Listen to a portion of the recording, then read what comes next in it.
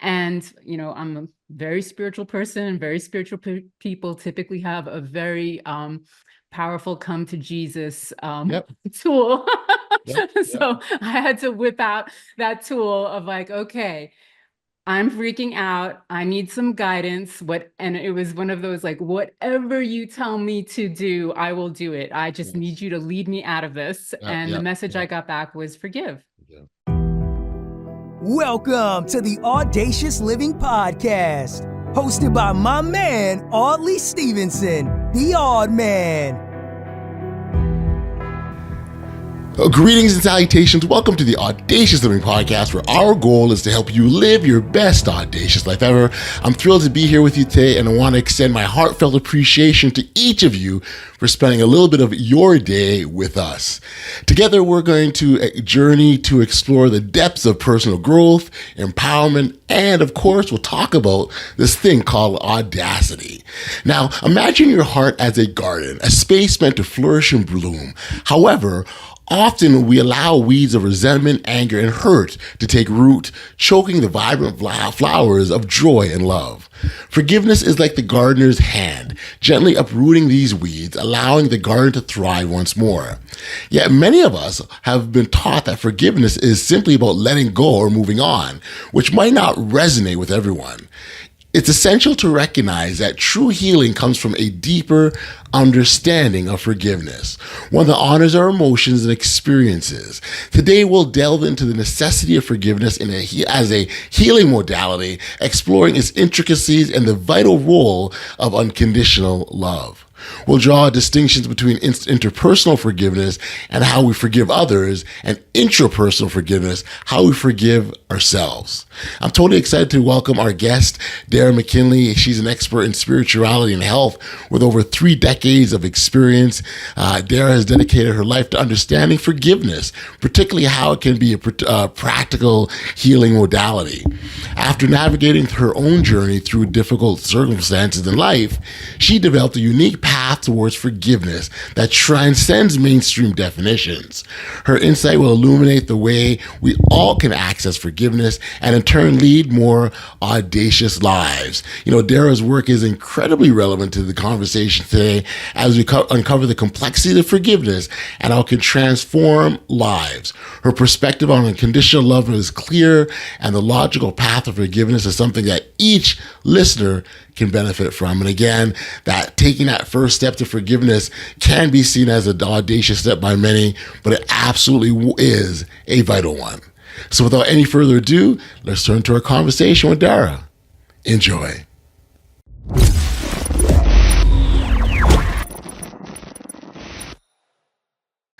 Hey, Dara, thank you for joining me here today on the Audacious Living Podcast. I appreciate you for taking the time to be here. Thank you for doing this.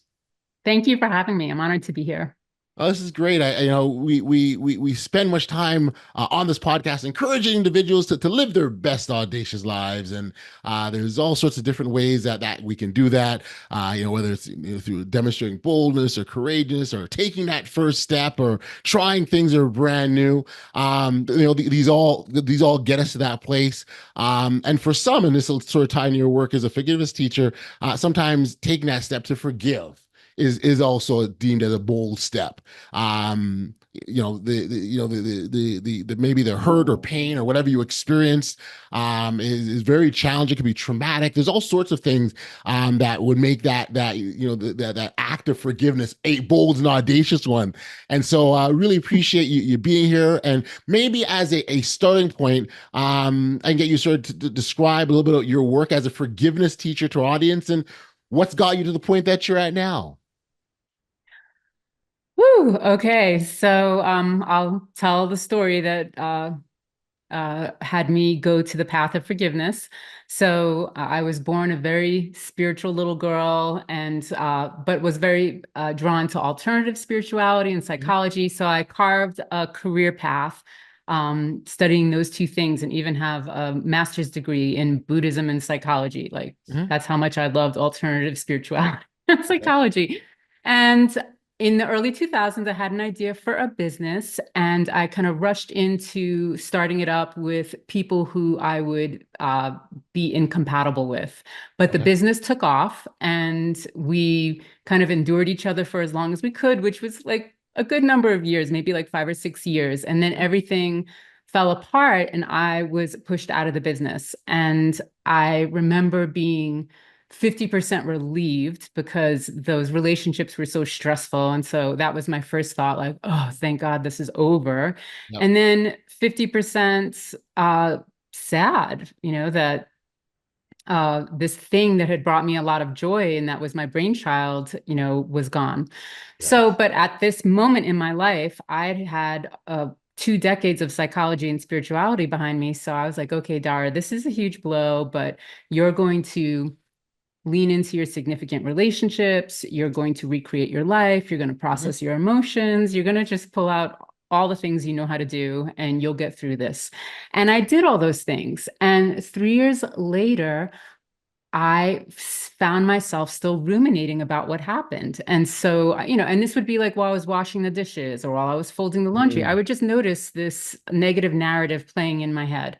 And during that time, I had an old wise woman friend who saw the whole thing go down. And so Mhm. maybe like every 6 to 9 months, her and I would check in about it. And I would just combust to her about Right. like how wrong the whole thing was Yep. and how Yep. unjust the whole thing was. And she would let me spill everything I needed to say about it. And at the ends of the conversation, she would say, you might want to consider forgiveness.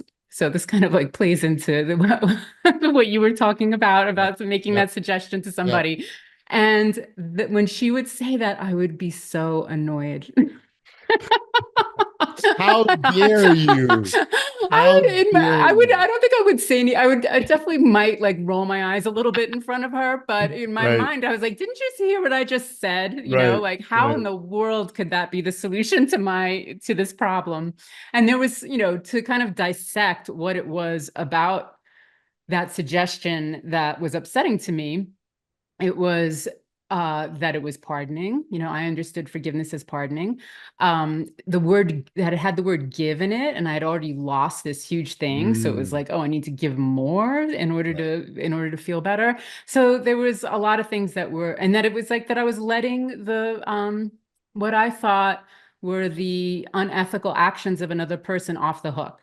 And so I was repelled, but we had that conversation multiple times over the 3 year period. Anyway, so I start having, it's now that the rupture happened in 2009. It's now October 2012. I start having the symptoms of a mystery illness, which are insomnia, anxiety, depression. Mm. And I have a 3 year old and a 6 year old, and the doctors can't figure out what's wrong with me. Right. And I definitely have like a little bit of a hypochondriac in me. And so I just start freaking out. And, I'm a very spiritual person, and very spiritual people typically have a very powerful come to Jesus Yep. tool. Yep. Yep. So I had to whip out that tool of like, okay, I'm freaking out. I need some guidance. And it was one of those like, whatever you tell me to do, I will do it. I just need Yes. you to lead me out of this. Yep. And the Yep. message I Yep. got back was forgive. Yep. And once again, I, was like a teenager, being told to go to their room. I was like, oh, which was sort of funny considering I was like, no matter what you say, I will do it. And then I got that message and I was like, accept that. But within an hour, the message was so strong. And I thought, okay, Dara, you love to try new things. You're very Yep. open-minded. Get online, find the forgiveness 5-step how-to that someone has undoubtedly written, Yep. and go try it out, for a couple weeks and see what happens. You've nothing to lose. So I get online and I type in how to forgive. Right. And 99.9% of what comes up is why a person should forgive. And then the teeny bit I could find, which was some person on a forum, just like me saying, but how do you do it? Right. They would get back, you just do it. So I Right. was like, wow. I was like, I can't just do this. Like, I need directions. Like, I really do need directions. And I thought, okay, I have 2 decades of studying psychology and spirituality. Like, you actually have the skills to figure this out. So figure it out. So the question I asked myself was, okay, I've been ruminating for 3 years, running this negative narrative in my head about how unjust the whole thing was. Yeah. What is the opposite of that? And Mm. my answer to that question was, oh, I would bless this whole thing with the highest love. And with that answer, I took my first step onto the forgiveness path. And then over the next 48 hours, this whole thing would kind of come to me that I followed over the following 3 weeks. Yeah. And 3 weeks later, I felt a peace that I hadn't felt in 3 years. It was, Mm. my resentment was gone. And so, as a geek for healing modalities, I had two thoughts at the time. My first one was, whoa, forgiveness is for real. Like, wow, this thing works. Like, And you were able to make that connection the way you're feeling, and you made that connection to forgiveness right away. what do you mean? So you said you felt so after you forgave, you said that you felt different than you had in 3 years, and so Yeah. you knew that it was that act of forgiveness. Oh yeah. Oh yeah. Okay, okay, Yeah, okay. definitely. No doubt. Yeah. That was the thing that had changed. And then my second thought was, whoa. And everyone says that forgiveness is pardoning, and that wasn't pardoning. Why does everyone say forgiveness is pardoning? And I kind of had this like small mental note in my head of like, wow, because everyone says forgiveness is pardoning, that keeps so many people from the forgiveness path. Mm. But at the time, I was just like, whew, got through that one. Now let me go on with my life. I didn't think anything of it. But over the next few years, you might kind of vibe that I'm someone who likes to have meaningful conversations with people. So I was having all these meaningful conversations with my friends and colleagues and a family about my experience, and also watching mainstream society and the mainstream narratives that were running through. And that's when I thought like, oh, wow, like, there's a huge need for the perception that I discovered that night. And, here I am a decade later talking to you.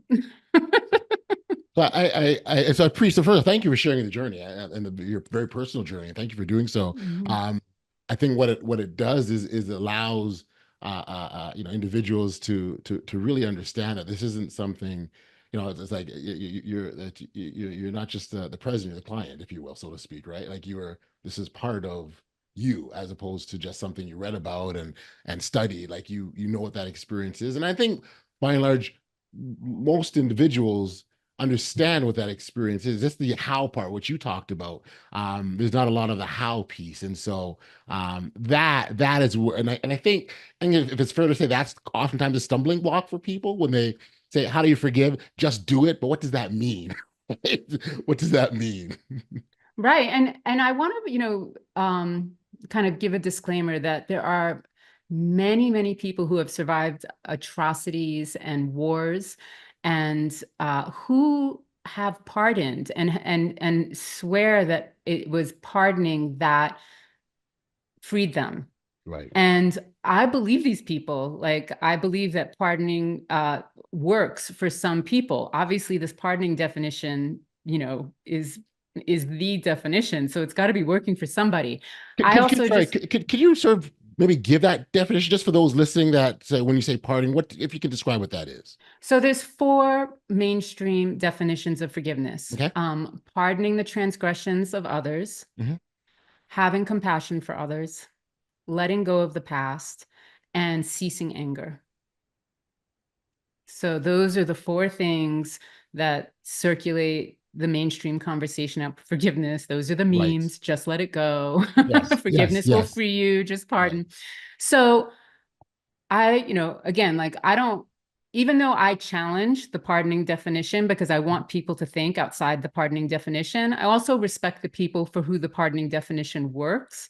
And in my approach is that, like, I'm adding another definition to it because the bottom line truth is that while the pardoning definition may work for many millions, but Hmm. billions, right? Yep. Who, I Yep. don't know. Yep. There is a huge demographic that it does not work for. Right. Right.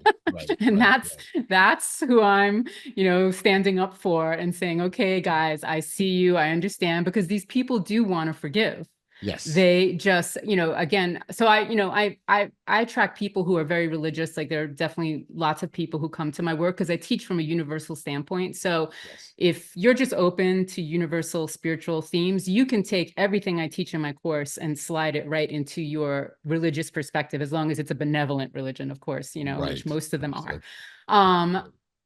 But I'm particularly designed the course for those of us, my hand is raised, who identify as spiritual but not religious. Okay. Because spiritual but not religious are very practical people. And they want directions. They want, Yep. they don't want platitudes. They don't Right. want someone to tell them what their experience is. And they want things that really produce results. So yeah, so that's Audley, I'm curious, what did you grow up learning about forgiveness? Did you grow up like in a church? Like, did you Yeah, hear? I grew up in a church, and it was forgive others. Like, I mean, if someone does Mhm. something to you, you extend forgiveness as a way of not only freeing themselves but freeing yourself. Right? Okay. It's a big part of that where you're going on and on and on and about this thing that's happened, right? And you need Mhm. to recognize that it's important to recognize rather that as long as you hold on, as long as you maintain that you're not letting go yourself, and that's where some work needs to be done. You So have yeah, editing that skills, was right? that. Yeah. Yeah, that's kind of my my upbringing with respect to around forgiveness. It's not only good for them but also good for me. Right. Yeah. Yeah. And so that would to me would be more about, I would define that more as like the compassion definition of forgiveness. Mm-hmm. And yeah, I mean, compassion's like a beautiful, much needed, amazing thing in the world. Like, of course, we should have compassion for other people. Of course, we should see people holistically, right? Yes, yes. They're way more than their actions and their crappy behaviors. There's like, a whole legacy and a whole life story that leads up to those moments, Mhm. and that some people have trouble seeing that about other people, right? Right, And right. but when you're able to zoom out and see that, it's very compassion generating. So yeah.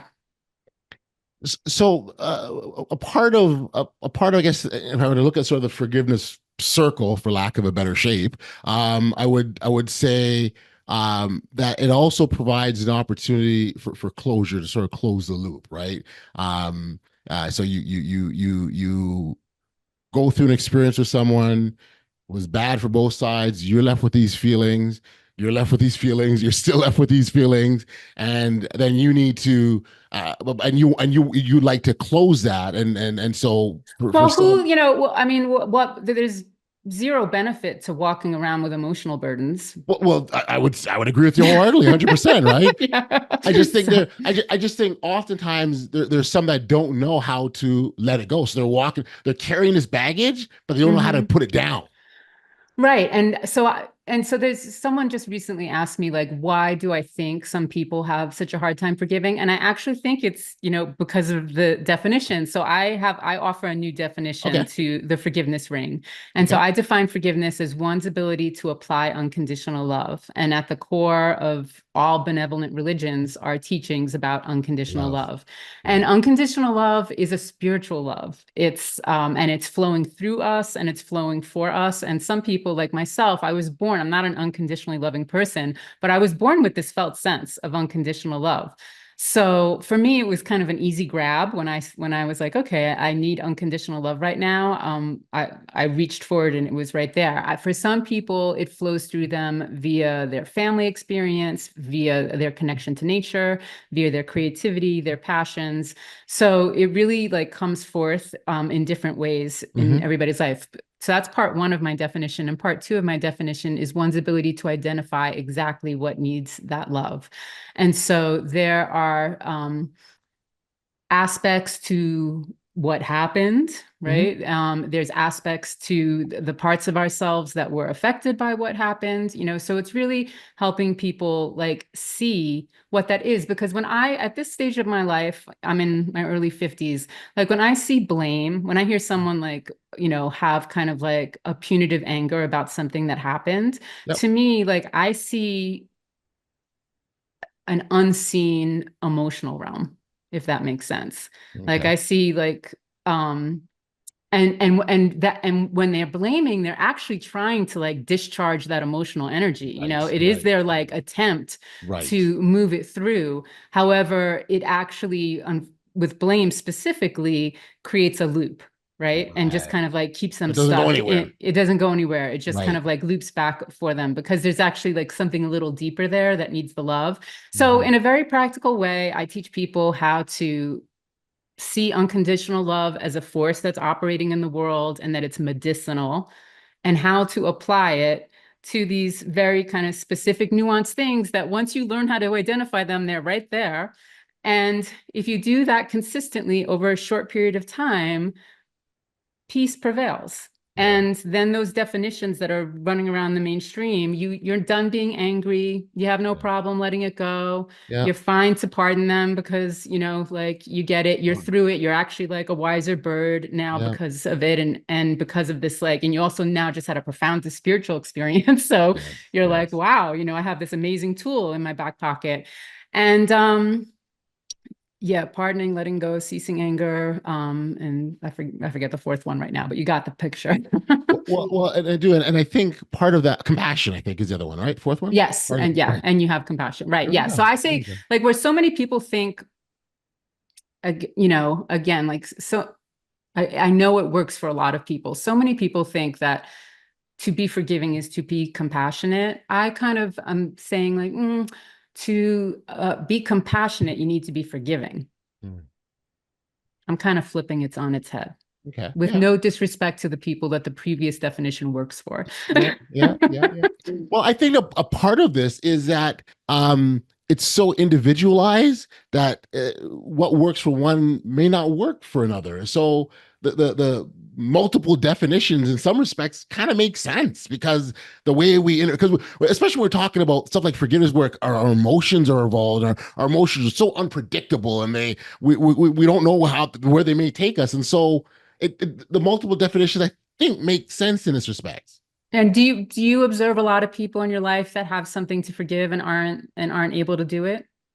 Very, very recently, yeah, someone who struggled with forgiveness, and it's had an impact in other areas of her life, um, but she was unable to make that connection, right? I think what happens is that we think that everything is isolated in silos. So this happens over here, this happens over here. They're all different, but we forget that we're the common denominator in all of those instances. So they in fact are all connected. And as much as we want to segment them, go, no, no, no, no, no, that was in my personal life, and hey, that was in my professional life, and that was with my family, and no, it's all connected, and so there is impact. And so yeah, I've seen that, and I've kind of said, hey, just forgive, right? Because that's what you tell people, right? Hey, just forgive, it'll go away, right? But for some, it's not that easy, and it's a bit of a process, and so you want to respect that process. You want to respect, the way someone approaches these situations, and you want to give honor to their emotions and their feelings, but at the core of it, they just got to forgive. Well, yeah, I mean, righteous anger definitely feels like on point in the moment, right? Like when, like after you've suffered a betrayal, like Yes. of Yeah. course, like you would, have mega amounts of righteous anger. But then what typically happens is people start to burn out because Yes. righteous anger is a draining emotion. It's unsustainable. Mm. That's what happened to me essentially, is like all of a sudden I found myself in an unsustainable situation where I was like, wow. And I was like, I have to let this go. But they've already proven this with all that research on ACEs, like emotions do take their toll one way or another, and I don't believe one of the other things I teach in the course is that we're anatomically designed to forgive, Mm. and that we have two hemispheres of the brain. The left hemisphere is, executive functioning, and the right hemisphere is creativity, imagination, Yeah. spirituality, emotional intelligence. And in Western society, unfortunately, the right hemisphere is delegated to like weekends and holidays, right? like this. It's just like this cool little like other side of the brain. Right. When actually the right hemisphere is the control tower for our healing capacities. It's just that the left hemisphere is getting like all the attention and development, right? That's Right. like what we do from the gate is like teach each other how to navigate the external world, where the Right. right hemisphere is navigating the internal world. So once people understand like how to access the capacities of the right hemisphere of the brain and kind of bring Mhm. them together as like a Yes. winning forgiveness team, Yes. forgiveness becomes like very practical and doable. And so my point is like we're not here to like get heartbroken, disappointed, betrayed, experience ruptures and become bitter and die. Like Mm. that's not the goal. That's not the point. We are regenerative beings, and we were anatomically designed to regenerate. It's just a matter Mm. of like Ah, learning how to do that. ah. I want to ask about Mhm. situations when we're not able to forgive that person directly, if you will. So this person is maybe they've gone away, They're dead. maybe they're dead, like maybe Yeah. there's all sorts of things. Right. I wonder if you should talk about that Yeah. and what that looks like. Right. So another, way to kind of understand what I'm teaching versus the mainstream thing. So the mainstream piece is like in its ideal form is a rupture happens, the person has compassion and pardons the transgressor, right? Mhm. And the Yep. transgressor promises to never do it again, and there's reconciliation. And there's this like beautiful little ideal feedback loop that happens in the forgiveness path. So I call that interpersonal forgiveness. So it's Okay. between two people, and it's this like nice process healing process that happens. Then there's intrapersonal forgiveness, Okay. INTRA, personal Okay. forgiveness. Okay. And that's between you and unconditional love and the energies that are still living in your body because of Mm. what happened. Okay. And Okay. it does not like my ex-business partners never apologized to me. There was never any healing conversation that Right. happened, right? Right. Like I was on my own, right? And Right. that's actually the case for a lot of people that because a lot of people, what I just found out, I just found out in this stat has blown my mind. Mhm. Um, you have a 1 in 10 chance of getting involved with someone who does not have relationship integrity. And by relationship integrity, like, and I learned it was a podcast that was a CIA agent who kind of Okay. like understood human behavior and Yeah. human Yeah. psychology because he had to for his Yeah. job. Yeah. And he said that like 10% of United States is on the like antisocial, which is the nice what is the nice way they call it today. But sociopath, psychopath, and narcissist. 10%. Wow. So That's a good idea. that's 30 million people, right? Yeah. Yeah. Yeah. Yeah. So that Yeah. means when you walk into a room, Yeah. like 1 in 10 chance that someone is not so Wow.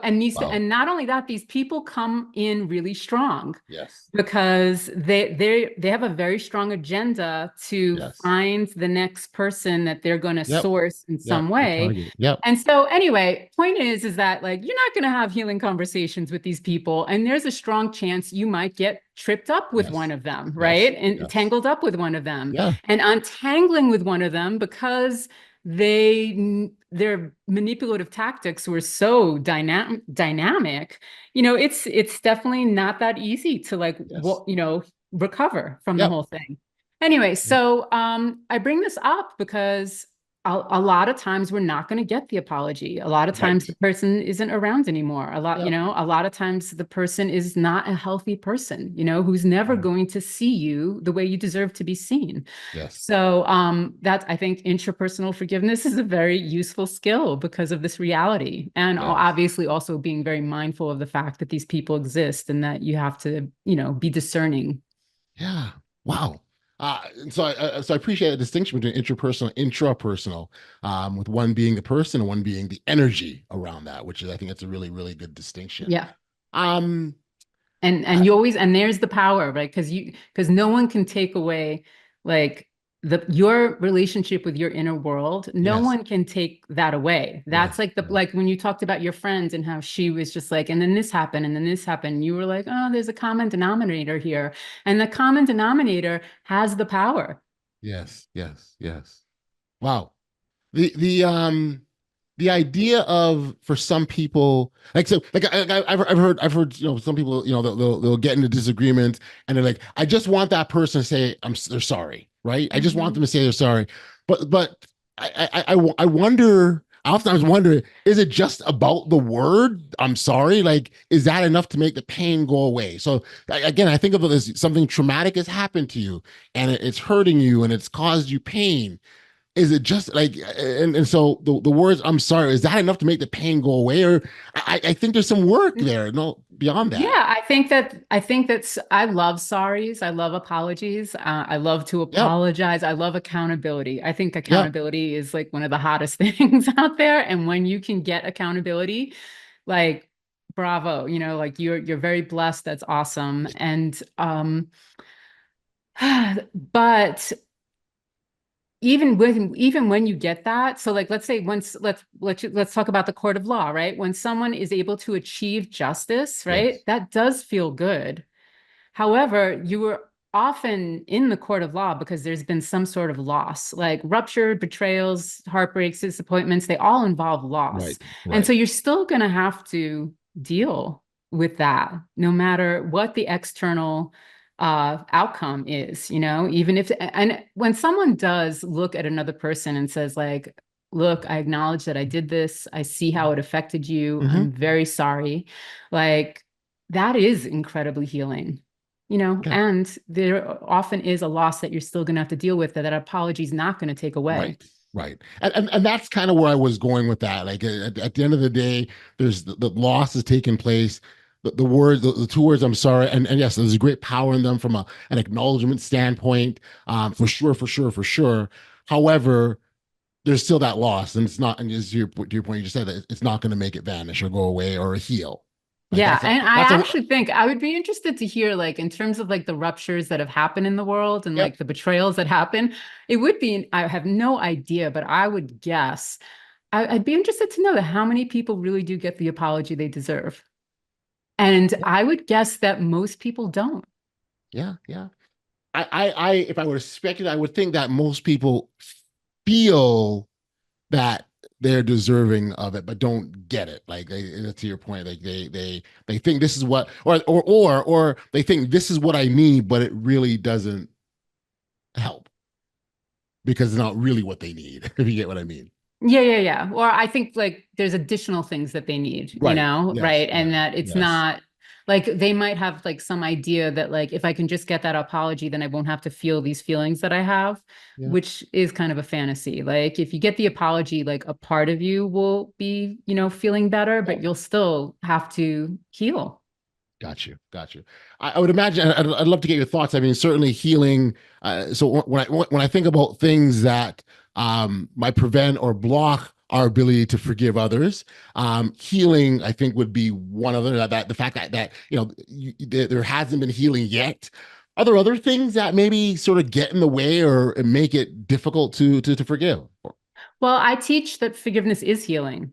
Okay. Like I teach it like to me, it's a healing modality. It's a spiritual healing modality. There's like, because I'm in the world of psychology, there's all sorts of healing modalities, EMDR, IFS, talk therapy, Gotcha. cognitive therapy. And to me, forgiveness is another healing modality that uses spirituality as the medium to heal.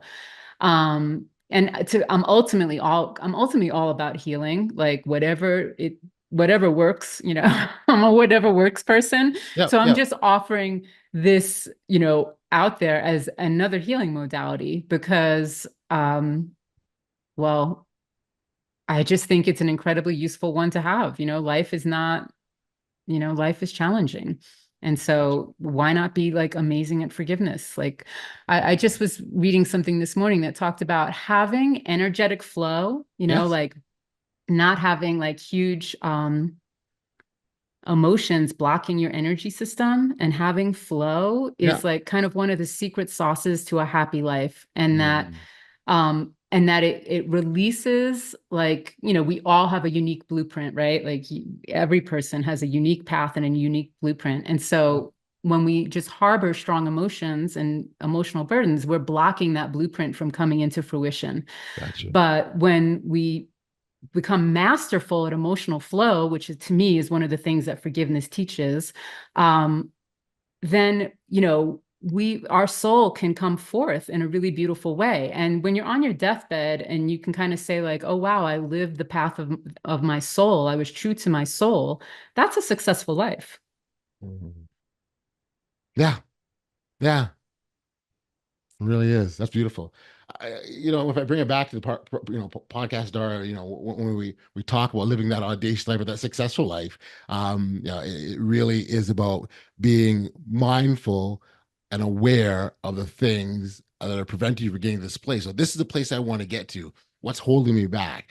Do I have to forgive? And that very well could be one of them, right? And as we talked off the top, it could be an audacious step to forgive. It requires courage and boldness and taking that first step, if you will, recognizing that it is that step to heal yourself. So I really appreciate the insights that you've brought forth today. It's been absolutely delightful. For listeners that wanted to connect with you directly or learn more about your work or work with you as a forgiveness teacher, where could we send them? Yeah, so I teach a 6-week course every season, and my domain is How to Forgive, which is what I typed in that night when in October 2012, when I was like, I don't know how to do this, but how do you do this? So that's my domain. And and I in a very practical way, I teach people how to identify and access unconditional love. I teach them how to apply it. I teach them how to, get stuck emotions flowing, which to me should be as mundane as brushing our teeth, right? Like it's no big deal. And then I teach them how to identify exactly what needs it. And once people kind of have those skills, spinning or, moving forward, then it's open highway. Got you. I love it. Dara, this has been a wonderful chat. Delightful to spend the time with you. I appreciate the insights and your work. Congratulations. And thank you for being a guest today on the Audacious Living podcast. Thank you, Audley. Thanks for hosting this conversation. I'm just honored to be here.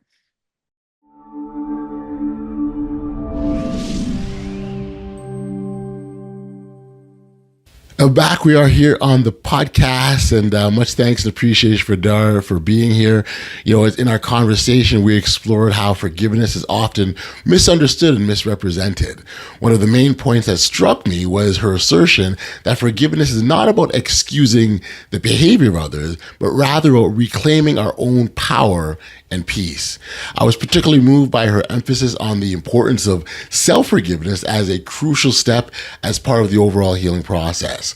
It reminded me that we often hold ourselves to these impossible standards, and letting go of that self-judgment is a radical act of love. Now, if you'd like to connect with Dara directly and explore her work further, I'd encourage you to check out the show notes for her contact details. She has a wealth of resources available that can help you on your own journey to forgiveness. She's also offering a special program designed to guide individuals on their forgiveness journey. So be sure to look out for the details in the show notes below, as this could be a transformative opportunity for you. I really want to take this opportunity to thank you for tuning in to another edition of the Audacious Living podcast. If you enjoyed this episode, please take a moment to like, follow, or share if you haven't already done so. Your support helps us grow and bring even more inspiring conversations to life. Until next time, stay safe, be kind, show love to one another, and be audacious. You've been listening to the Audacious Living podcast, hosted by Audley Stephenson. If you enjoyed what you heard, be sure to like, subscribe, and share. Until next time, be audacious.